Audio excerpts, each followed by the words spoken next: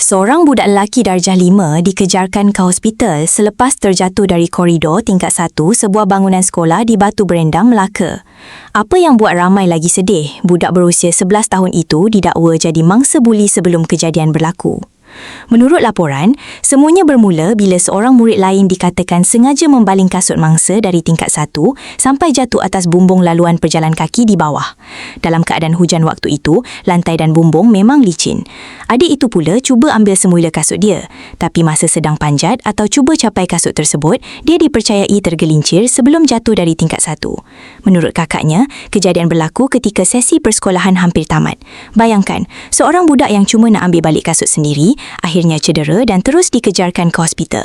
Apa yang lebih buat ramai tersentuh, kejadian macam ini bukan kali pertama isu buli diperkatakan dalam sekolah. Kadang-kadang benda yang dianggap main-main oleh sesetengah pelajar boleh bertukar jadi tragedi dalam sekelip mata. Sementara itu, Ketua Polis Daerah Melaka Tengah, Christopher Patit memaklumkan siasatan lanjut sedang dijalankan bagi memastikan apa sebenarnya yang berlaku dan memberi keadilan kepada mangsa. Kalau betul wujud unsur buli dalam kejadian ini, pada pendapat korang, sejauh mana gurauan di sekolah boleh dianggap keterlaluan?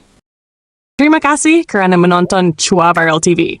Jangan lupa like, komen dan subscribe untuk terus dapatkan update terkini tentang dunia hiburan Malaysia. Jumpa lagi di video seterusnya. Stay tuned untuk lebih banyak kisah sensasi.